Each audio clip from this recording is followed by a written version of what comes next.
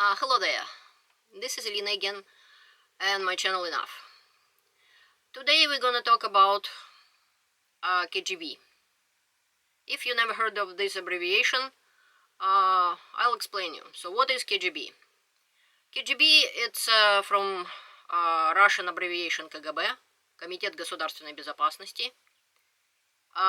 In English it would be Committee for State Security. This organization, evil organization I would say,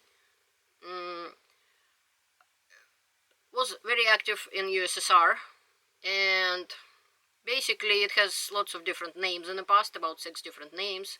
It was ЧК, it was ОГПУ, it was NKVD, and others. The functions of KGB was foreign intelligence, counterintelligence, secret police, state security, and some other. We will talk about it a little more in details, and I'll tell you about my own experience with meeting people from this organization. The second question we will talk about today is what KGB is known for. I could say only one word. The main thing they're known for is Gulag, which isn't a KGB organization. Gulag was the main organization who was ruling prisoners' camps in USSR. But how people ended up in those prisoners' camps, where they were tortured and starved and worked to death, and meanwhile also shot to death. There was lots of executions going on during Stalin time. Stalin was a leader of USSR and leader of Communist Party of USSR at the time. So this is what KGB most known for. If you're not very familiar with Gulag systems, I would refer you to very interesting historian and journalist Anne Applebaum. I hope I pronounced her name right. Sorry, English isn't my first language. So she did a major research on that Gulag system in USSR because it was little known about. Besides the book of Soviet writer Aleksandr Solzhenitsyn, Gulag Archipelago. I don't know how many of you actually heard of the book or read the book. This book was explaining from his personal experience what it's like to be arrested, what it's like to be sent to prisoners' camps, and it was political prisoners. Some of them were against Stalin, some of them just tell a joke about Stalin, and KGB grab these people, torture them, make them incriminate themselves or some their friends and neighbors, and send them to gulags. Some of these people were executed by KGB, or whatever name KGB had at the time, NKVD or GPU, it still was a KGB. But that historian and journalist Anne Applebaum I was talking about, she knows lots of languages, include Russian, and when the Russian archives opened up, she was working in Moscow archives and Russian different archives, and she even visited Vorkuta, one of the main cities with a lot of prisoner camps. So she did extensive research and won the Pulitzer Prize in 2004 for her book Gulag, A History. And according to her and some other historians as well, I never use only one source in my research and whatever I do and my videos. I can provide you link to Anne Applebaum information, and you're welcome to read the book itself by yourself. In 2 words, she found out a lot of stuff which Solzhenitsyn didn't know because he was just a prisoner. He couldn't have archives, he couldn't know the extent of the things happening. He only could see it from his point of view as a person. She did it from the point of view of lots of other people who were in gulags or who put them in those gulags. And the information was that according to Russian and Soviet archives, as I said, where she worked, there were 476 different camp systems, not just different camps, those camp systems. And those systems, each of those systems, were made up of hundreds or even thousands of individual camps. Imagine how many of them were all over Russia and USSR in general, whole USSR, not just Russia. USSR consists of 15 republics. Russia was just one of the republics. And so historians and Applebaum says that from 1929 and up to Stalin's death in 1953, about 25 million people from Soviet Union, it's about 15% of the population at the time, went through gulags. And who put them there? Stalin through KGB. KGB people were knocking on the doors of those people, arresting them without courts. Some made up courts out of 3 people, they called them Troika, decided, you're guilty, and you're going to the Gulag. Some of these people didn't even do anything or say anything. It was a quota to grab those people and send them into those horrible prisoner camps. Without food, without tools, without basically clothes, in the warm clothes. They were sent in Siberia and far north. They were dying there by bunches. The reason for that was not just execute these people, because that's what firing squads were for, to execute people. Gulags were supposed to support Soviet economy. And the amount of people who were thrown in those camps were directly dependent on how many people the Soviet economic system was needed at the time. I was a long time under the impression that they were considered enemy of the state and so on. And it was political reasons, but no. Apparently the main reason was economical. It was huge part, slave labor of those people. Some of them were fed just water with a flour in it. And these people were thrown in the gulags to support Soviet regime, Soviet economy. They were building Belomor Channel, White Sea Channel, and they were building a whole bunch of things. Include some of them apparently was working not just in Siberia or North, some of them were working in Moscow. They were building airplanes, they were building apartment buildings and so on. So this amount of torture, execution, throwing people in the camps, this is the main stain on the abbreviation KGB, on the people who made it happen. And the question number 3 is when KGB dissolved. According to Wikipedia, and in truth, officially KGB dissolved on December 3rd, 1991. But in truth, it never was dissolved. Well, technically it was dissolved. It dissolved, but in truth, it still stays in power till this day. It was reorganized in Russia, and later we created 2 organizations based on KGB. One was FSB.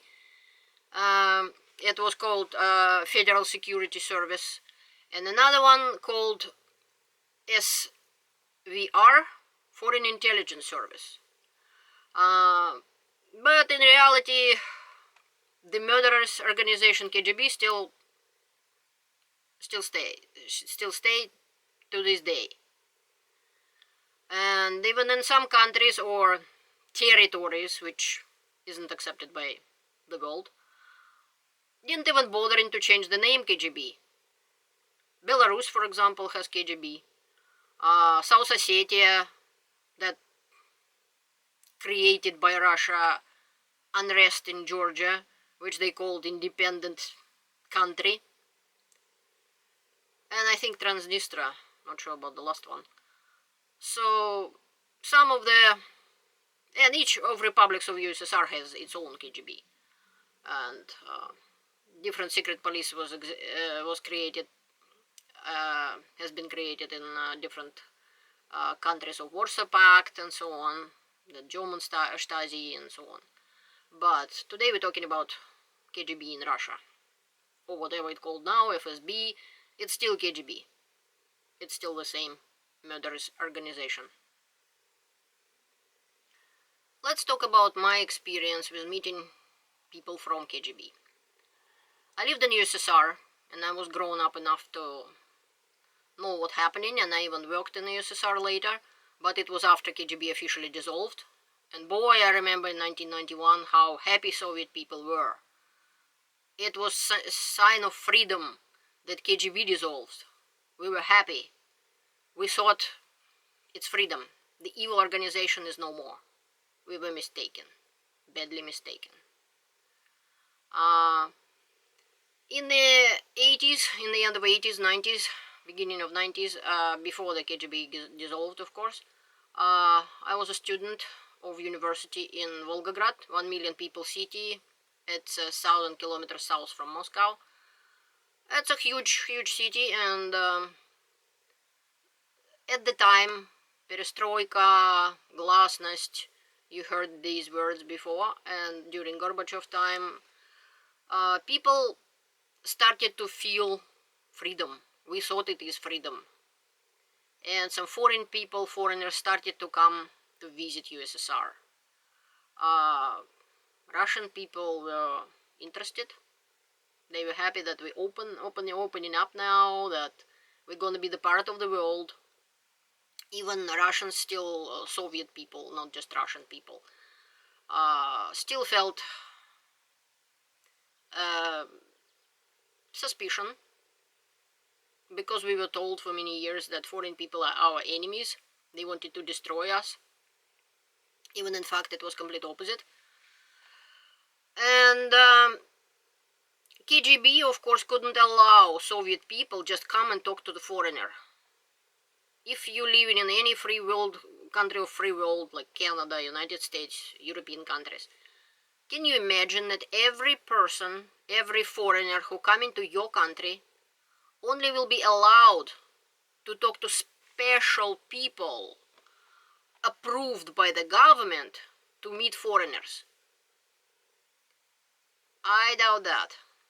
In every country, foreigners can talk to anyone. If local people want to talk to them, of course, then they can talk to anyone. Not so much in USSR. How do I know that? Because KGB people came to my university where I was studying, and they was trying to engage our students, and not just students. They choose the best of the best, the people who were not just good students and study on only best marks. They never noticed in any anti-government or criminal activities. They were supposed to be able to speak English, or wanted to learn English, can say something. They were supposed to be politically educated or part of the Komsomol. I'm talking about that organization in one of my videos. They definitely supposed to be some active Komsomol members, so they not just paying the fee and wearing the pin, Komsomol pin, and saying, yeah, I'm part of that organization, which was everybody almost in that age group. They were supposed to be some sort of a leader. And I know personally these people, and I personally saw KGB agents coming to my university to talk to students about that. It was presented to the students as, you were chosen one. You're a good student and good person and good young communist, future communist, Komsomol member. So the country wanted you to represent your country, to meet foreigners who come into our city. You need to show the foreigners what USSR is. Of course, as being a good Komsomol member, you know that USSR is the best country in the world, and show them around city, and tell them about USSR, and be nice to them, welcome them, and also keep eye on them just in case if they're spying on USSR, trying to, for instance, take some land to do later research about what kind of minerals in the land, to find out what the plants in factories in our city producing, kind of some spy activities, or if they try to deposit some envelopes in some mailboxes in some buildings, apartment buildings in Russia or something like that, then you have to report that. So some young people agreed on that because they hated KGB and they didn't want to spy on their own people, of course, and never would. But they thought these are foreigners, they are our enemies, and if they're nice to our country, then we will be nice to them. If they're not nice to our country, then these people thought they will help catch the spies. Imagine that, how much need to brainwash people for they truly believed in that. Many people I talked to who was involved in this program, they believed in it. So basically what was happening, for some reason, like Volgograd standing on the big river Volga, and some foreigners arrived by boats, by cruises, and so on was, and cruise ship get to the port and people disembark and wanted to see the city, and then they see the young couple walking. Usually the KGB kids presented themselves as girlfriend, boyfriend, even in fact they wasn't even friends. So they just walking hand in hand, and they say hello in English to the foreigners, and they invited them to see the city, offer them free excursion, and show them around, and they say they learn in English. Of course, foreign tourists were friendly and generous, and they were sometimes giving students some pins, some postcards, just making friends. And these people really were making friends with them and as well, like, because majority of people were really wanted to see what USSR looked like. USSR was closed country before, and now they were allowed to see what is USSR really is. So these people came to USSR, and then they met nice young couple, and they look around and told them about USSR and so on. So this what these young people were doing. But the fact is that the foreigners who came to USSR, they did not meet average Russian people. They met only pre-selected, approved, checked by KGB to make sure that they really not against the government, approved by KGB, young people. I seen it recently in there was a couple Canadian, I think Canadian, two young fellows traveling abroad. I might, if I find, I'll give you the link below this video. When they went to North Korea, boy, they were treated like kings. But yet, they only was shown what they were allowed to see. They only met people and talked to people who were allowed to talk to them, who were approved by North Korea in their dictatorship state to talk to these foreigners. That's exactly the thing I saw in my own eyes in my university, in my city. This is what my friends were doing. People I know, I personally know, and I heard that conversations with KGB people. I wasn't supposed to hear that, but I did. And I know about that for sure. It's not, I witnessed certain things. This is what KGB looks like. This is what USSR looks like. This is what brainwashing looks like. We saw it firsthand. Many people, even researchers like Anne Applebaum, she researched about it in archives. And I'm really grateful for her that she did, and she saved some of that information for the world to see, for Russians to see, Soviets people to see. But I saw it by myself. And question number 5, how the typical KGB agent looks like. Truth to be told, many of Soviet people saw them, They just didn't know that they are KGB agents. Because they look like nothing. Nothing and nobody. If you look at Putin, this is one of the examples. Basically, if you look walking in a city like Moscow or St. Petersburg or any other, on the street when the crowd is on the street, I don't know how many of the KGB agents would be there, but that would be the people who you would never look twice upon. They were typically lots of men, and these men, they're not ugly, but they just nothing. They blah, like they washed, like somebody throw them in the washing machine and wash them non-stop for a month until all the colors washed out of them. They would be men, no one woman except their mother looked twice upon. They were scrawny, basically nothing.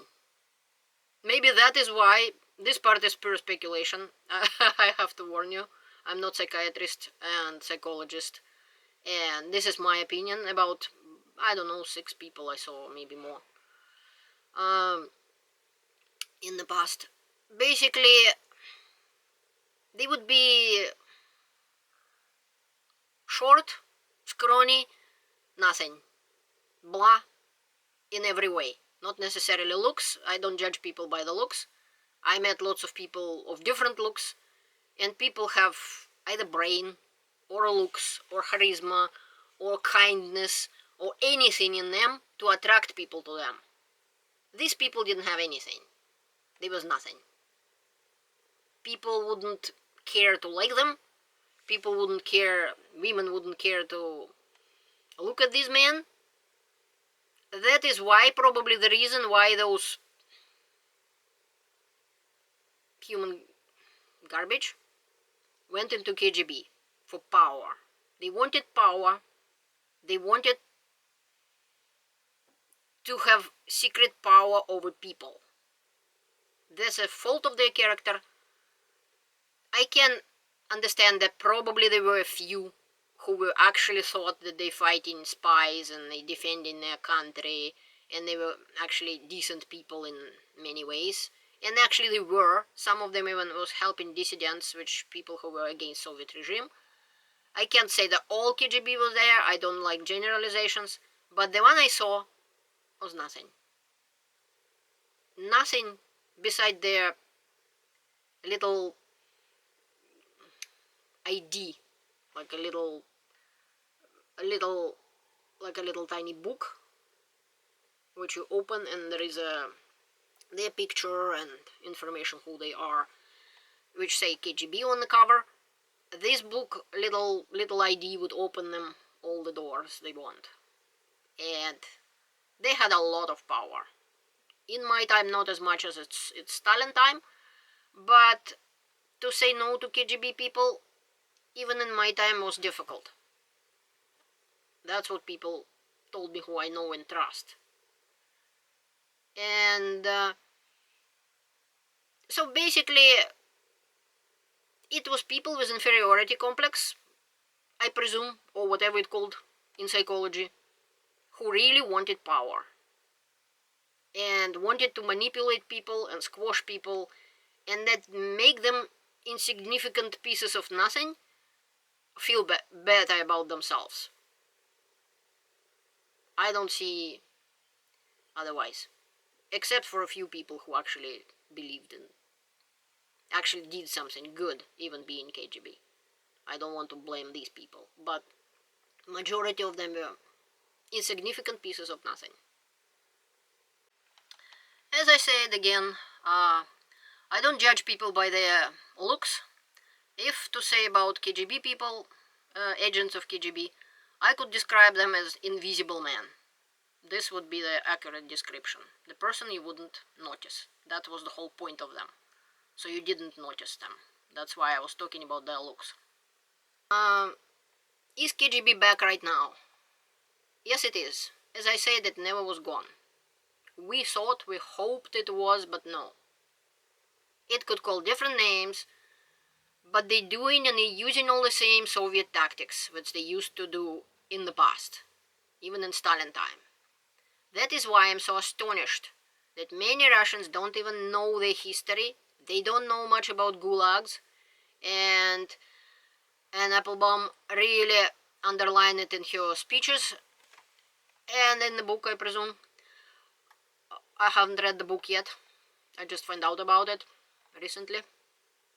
And that in USSR, never, and in Russia, after the collapse of USSR, neither USSR nor KGB weren't condemned enough.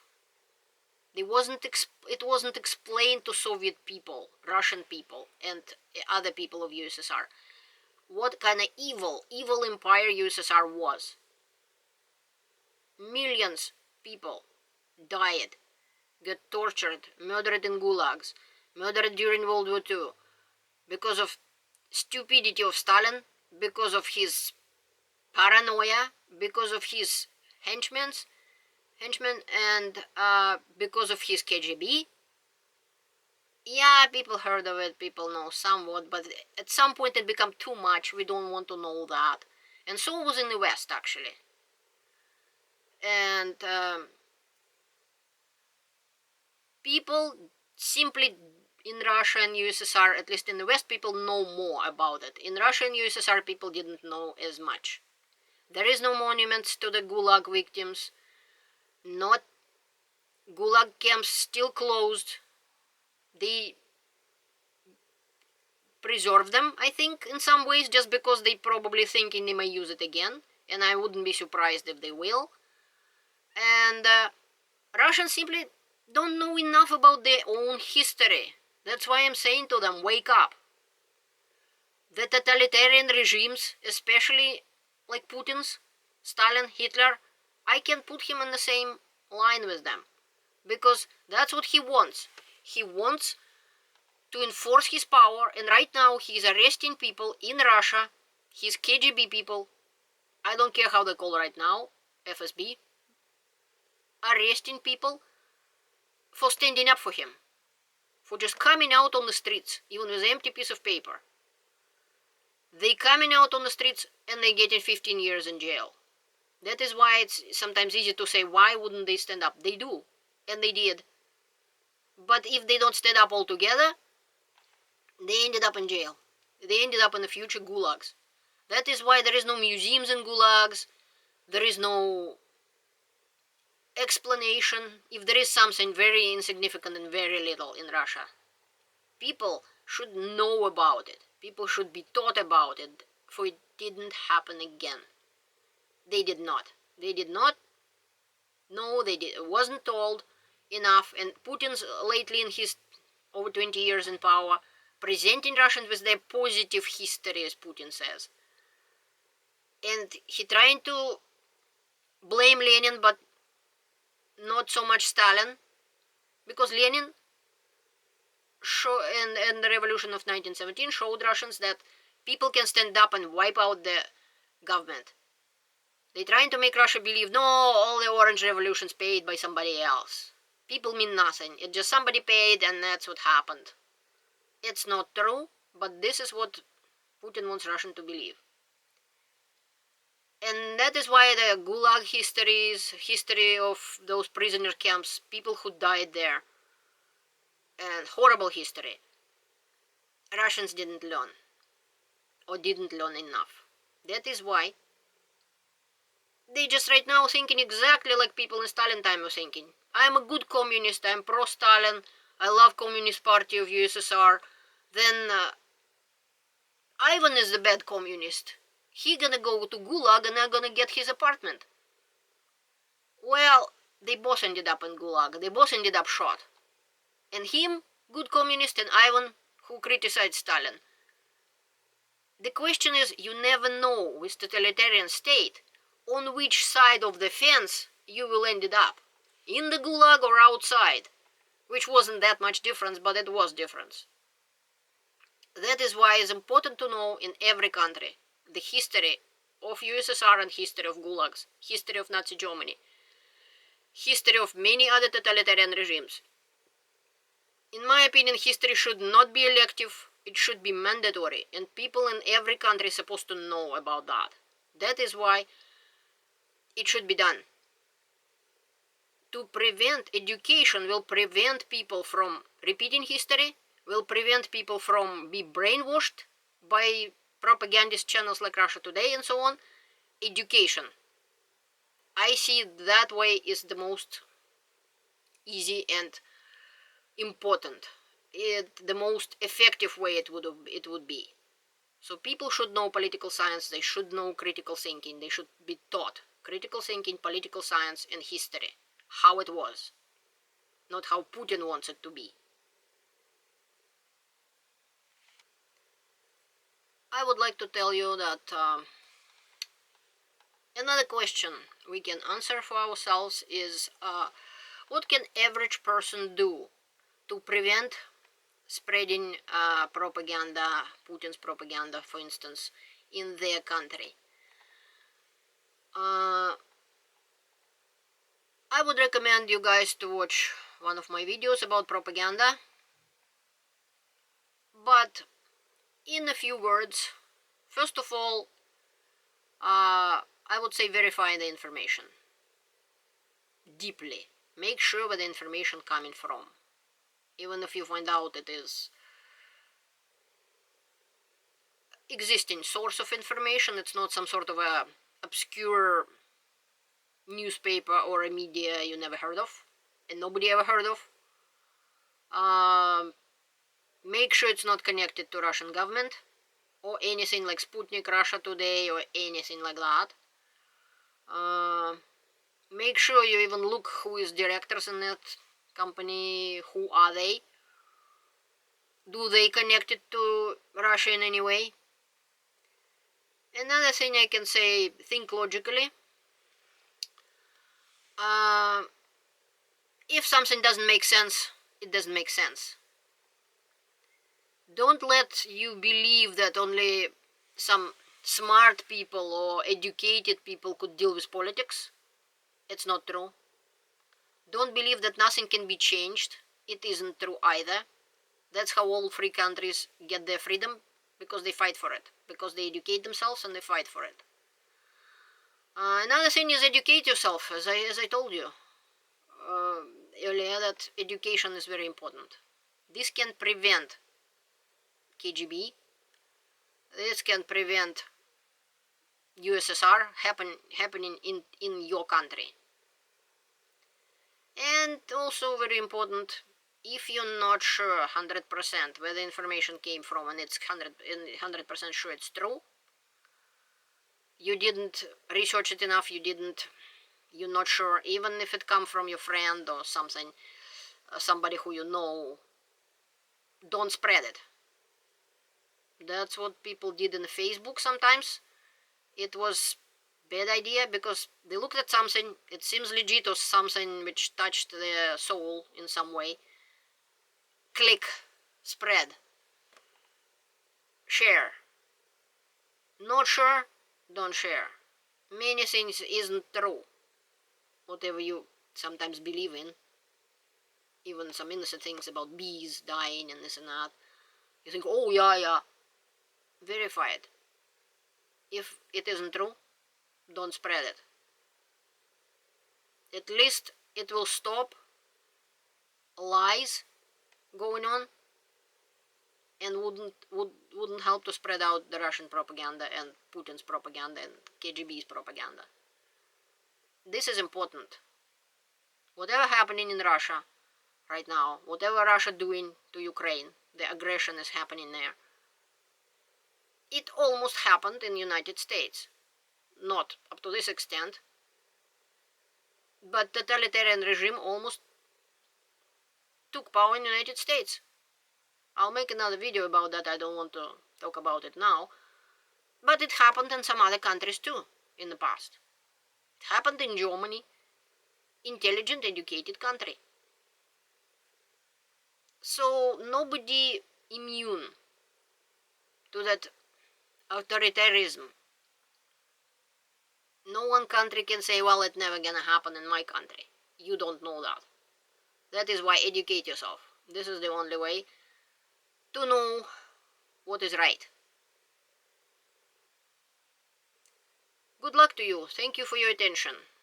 This was my opinion based on facts. I'll provide you some links in the comments to this video, in the description to this video. You're welcome to verify it, welcome to read the book. Books I will mention to you. Have a great day.